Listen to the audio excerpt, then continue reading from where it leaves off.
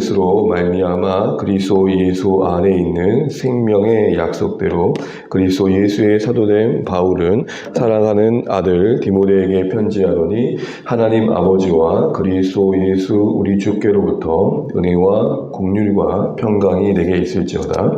내가 밤낮 간구하는 가운데 쉬지 않고 너를 생각하여 청결한 양심으로 조상적부터 섬겨오는 하나님께 감사하고 내 눈물을 생각하여 너 보기를 원함은 내 기쁨이 가득하게 하려 함이니 이는 내 속에 거짓이 없는 믿음이 있음을 생각함이라.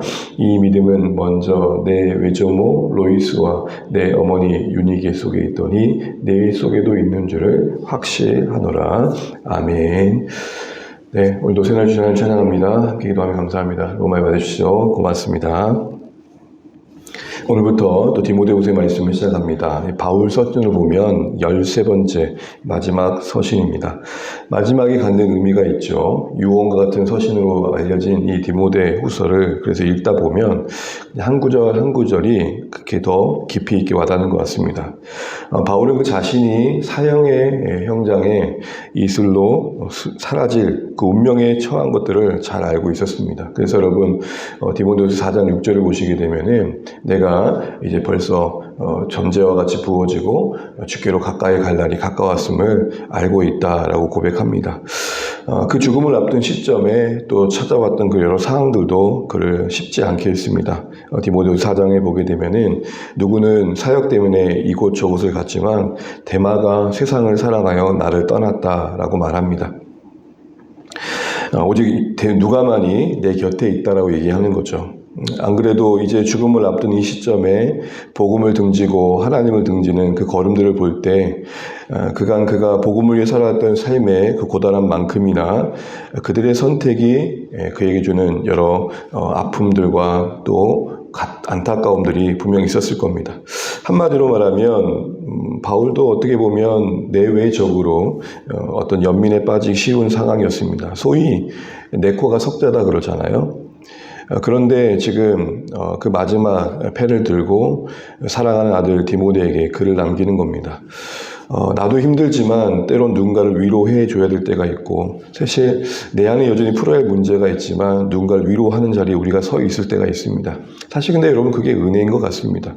왜냐하면 내게 아무런 문제가 없을 때 또 내게 걱정이 없을 때 할 수 있는 게 위로가 아니라 하나님의 마음이 임할 때 할 수 있는 게 위로이기 때문입니다. 우리는 보통 세상 사람들이 곡간이 넉넉해야 인심을 베푼다고 하지만 우리의 곡간은 은혜죠. 마르지 않는 하나님의 사랑. 다 할 수 없지만 그래도 하나님의 이끄심 속에 우리 인생이 있다는 믿음이 나도 여전히 어렵지만 나도 연민에 빠지기 쉽지만 누군가를 위로해주는 삶의 자리에 우리를 세우는 것입니다. 바울도 그런 것 같습니다. 유언과 같은 글 속엔 오늘 디모데에 대한 깊은 그리움과 또 애틋함이 있는 걸 보게 됐는데 그도 그런 것이 보고 싶어서이기도 했지만 디모데가 처한 상황 때문에 그랬습니다. 4절을 보시게 되면 이런 말씀이 나옵니다. 내 눈물을 생각하여. 여러분 누군가 헤어졌는데 그 사람의 눈물을 보고 헤어졌다고 생각해 보십시오. 아마 더 많은 생각들이 날 겁니다. 좋게 밝은 모습으로 그래 잘 지내 라고 인사하고 헤어져도 보고 싶은 게 사람인데 그렇게 보고 싶은 사람의 눈물을 알고 있다는 건 더 깊은 짙은 그리움으로 그를 떠올리게 했을 겁니다. 이 눈물은 여러 의미가 있었습니다. 디모데 전서에서 봤던 것처럼 바울은 에베소에 디모데를 홀로 둬야 됐습니다. 그만큼 믿을 만한 사람이었기도 했고 잘 감당할 거란 기대감이 있었기 때문이겠죠. 그런데 그가 마주해야 할 거친 그 거짓 교사들과의 싸움은 상당히 그의 여전히 연륜이 적은 그 나이에 감당하기는 쉽지 않았을 겁니다.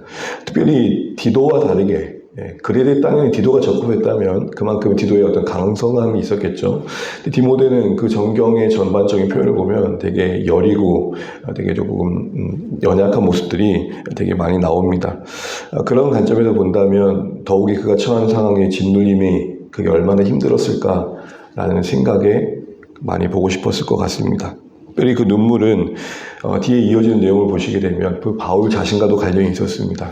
여러분 8절을 보시게 되면 너는 내가 우리 주를 증언함과 또는 주를 위하여 갇힌 자 된 나를 부끄러워하지 말고 라고 되어 있습니다. 이 부끄러움이라는 것은 창피해야 한다는 게 아닙니다.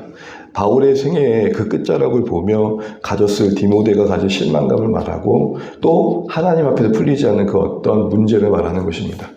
저렇게 주님을 위해 평생을 살았던 바울의 인생의 끝자락이 형장의 이슬로 사라져 목배임 당하는 죽음을 앞둔 인생이라는 것, 이걸 봤던 디모데 입장에선 앞으로 더 주님을 섬겨야 할 그 여생의 남은 시간들을 생각해 볼 때 내가 이렇게 살아도 되나 라는 생각 들었을 겁니다.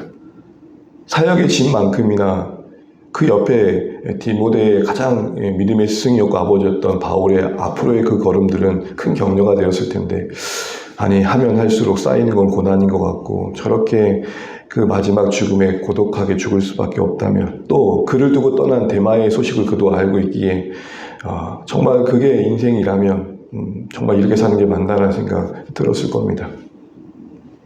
여러분, 우리 모두가 그렇지 않습니까? 믿음으로 산다고 살았는데 처한 삶의 현실이 너무 버거워서 나의 믿음에 스스로 질문할 때가 있고 반문할 때가 있습니다.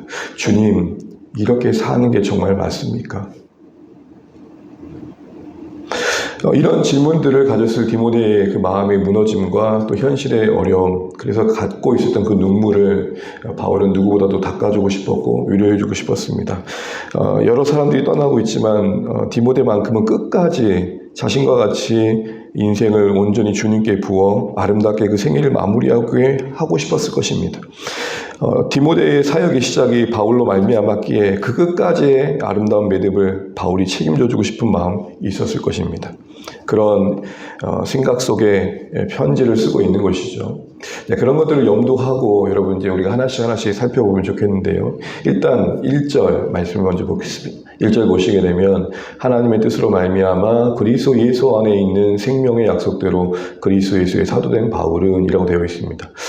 바울 서신을 여러분 연구하고 공부할 때 할 수 있는 또 하나의 이제 방법 중에 하나는 서신서에 유사하게 반복되어지는 인사말이 비교해 보는 겁니다.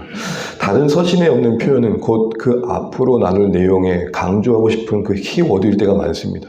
여러분 보통 사도라는 말은 자주 언급됐지만 특별히 두 가지 질문을 해봅니다.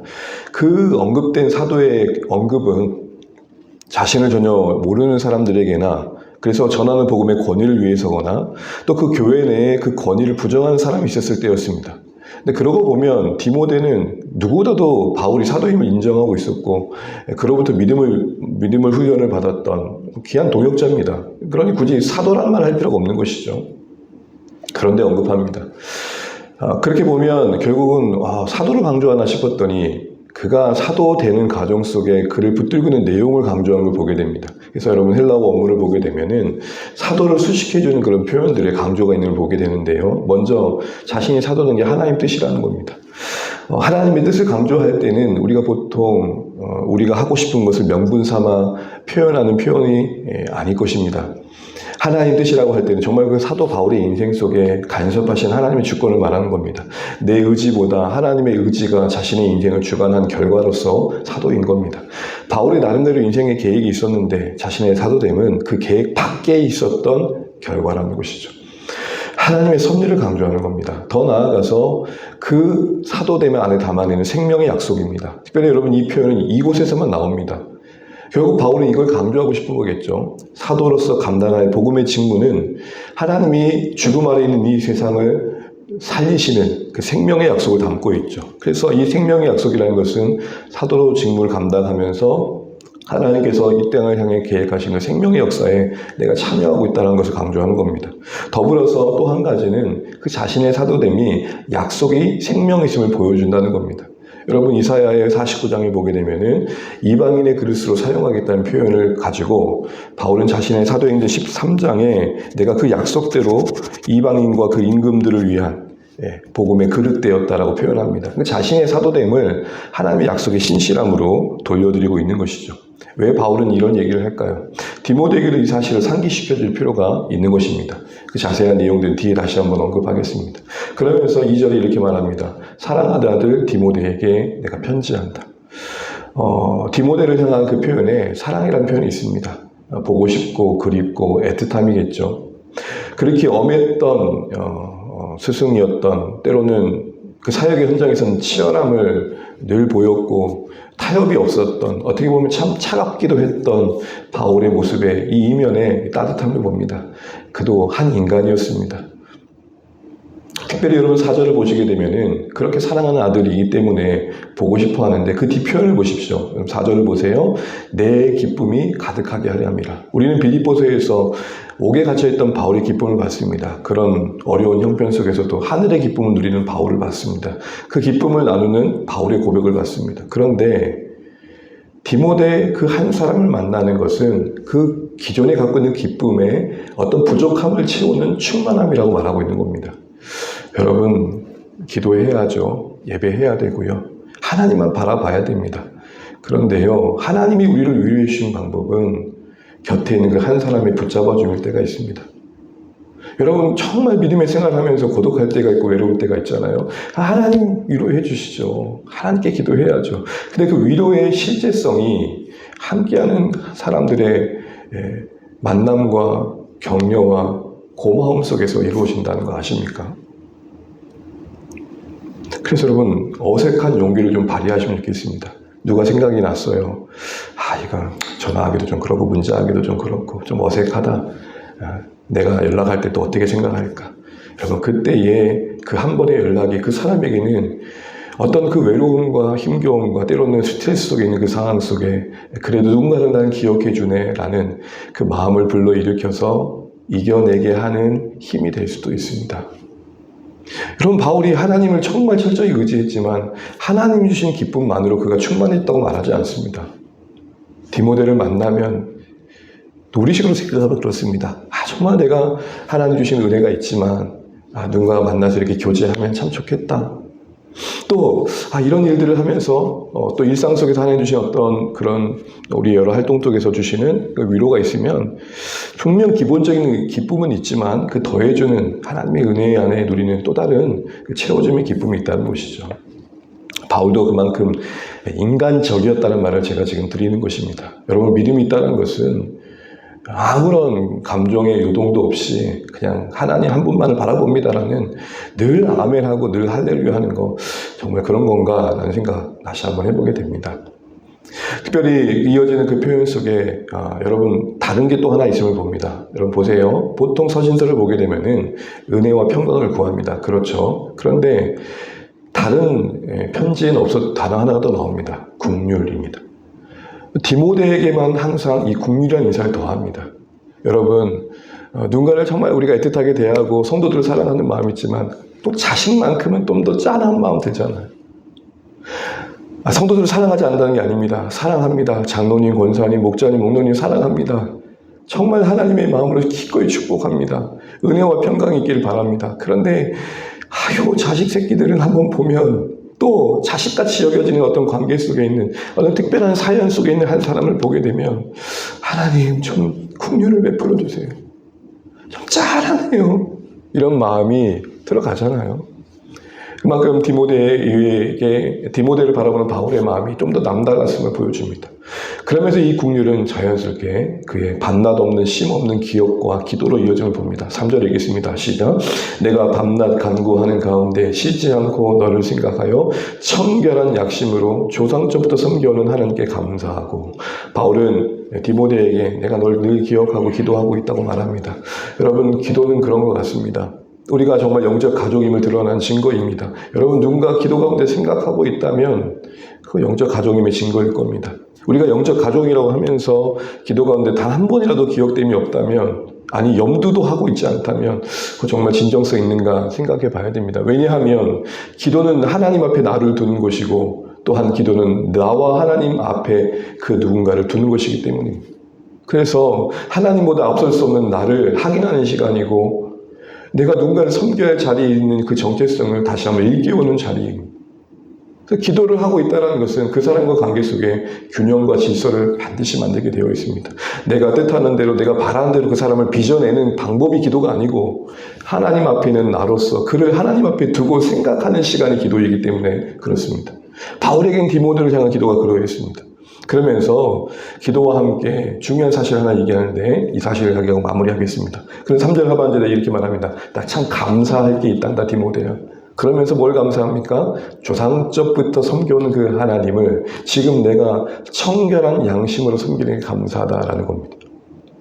조상적부터 섬겨오는 하나님이라는 것은 그가 유대인으로서 아브라함, 이삭, 야곱 그리고 모세 이어지는 여호수아의 그 믿음의 하나님 앞에 진정성을 가졌던 하나님의 구원의 역사에 쓰임받았던 그 자들의 믿음의 그 유산들을 자신이 물려받았고 그것을 이어가고 있다는 고백을 하는 것입니다. 사실 바리새인 출신이었던 바울은 바리새인의 입장에 있었을 때 그들이 그런 사람이라 여겼었습니다. 그런데 복음 안에 들어오고 보니 사실은 그들이 착각하고 있었던 걸 알게 된 거고 그래서 지금 자신이 복음 때문에 예수님 때문에 그렇게 조상의 믿음들의 그 순전함을 이어갈 수 있는 자리임에 감사한 겁니다. 그러면서 그 감사가 실제 속에 진실한 신앙으로 표현되고 있으면 이렇게 고마워하고 있는 거죠. 무슨 말입니까? 하늘의 별처럼 뚝 떨어진 게 자신이 아니라 하나님의 그 유구한 구원의 역사 속에 그 쌓인 그 믿음의 아름다운 유산을 나에게 지금 복음 안에서 주셨어. 너무 고마워라고 이야기하고 있는 것입니다. 자신이 홀로 믿음을 갖게 된 게 아니라 그 조상 때부터 내려오던 하나님을 섬기는 신앙 유산이 섭리 가운데 자신에게 아름답게 이어지고 있음을 보게 됩니다. 사랑하는 주안의 가족 여러분, 신앙이 더해질수록 이 신앙의 역사성에 깨어 있어야 됩니다. 내가 홀로 믿은 것 같고 내가 혼자 여기까지 온 것 같지만 그렇지 않음을 확인하게 되는 겁니다. 가만히 보니 권사님 장로님의 기도가 있었군요. 가만히 보니 함께 해준 성도님들의 붙드심이 있었군요. 가만히 보니 그래도 우리 어머니 아버지의 기도가 있었구나. 이거 아는 겁니다. 그러면서 이 감사를 왜 얘기할까요? 디모데야 너에게도 그 은혜가 있다는 거 아니라는 것입니다. 우리 5절 읽고 마치겠습니다. 이는 내 속에 거짓이 없는 믿음이 있음을 생각합니다. 이 믿음은 먼저 내 외조모 로이스와 내 어머니 유니기 속에 있더니 내 속에도 있는 줄을 확신하노라. 아멘. 지금 바울이 참 염려하고 있는 것은 디모데도 혹시 너무 힘들어서 대마처럼 떠날까였습니다. 그러나 그나마 그런 가운데도 확신했던 것은 디모데야 너에게 내가 지금 감사하는 것처럼 그 유구한 믿음의 역사 속에 내가 함께 서 있는 것처럼 하나님이 그 믿음의 유산 속에 그것을 나에게 물려주셔서 나에게 그 믿음을 갖게 하신 것처럼 야 디모데야 너도 보니까 할머니 로이스와 어머니 유니기의 그 품 안에 너에게 그 아름다운 믿음의 유산이 머물고 있다는 거 나 너무 보고 감사하고 있고 너도 그게 큰 은혜가 되면 좋겠다라는 겁니다. 무슨 말이죠? 디모데야 너 역사 속에서 하나님이 너를 지금 붙들고 있어. 봐봐. 할머니의 기도가 있었고 어머니 윤희기의 사랑이 있었어. 그러기 때문에 너가 지금 여기 서 있는 거야. 그러니 지금 너의 흔드는 모든 상황들이 너를 앗아갈 것 같지만 염려하지 마. 역사 속에서 하나님 너를 지금 붙들어 주셨어. 우리 다음 세대, 자녀 세대들이 우리 함께하는 주안의 공동체의 믿음의 어른들을 보면서 그런 것을 확인해 가면 좋겠습니다. 훗날 그들이 섰을 때에 저는 주안의 공동체의 작품입니다 라고 말할 수 있으면 좋겠습니다. 해주고 싶은 건 너무 많은데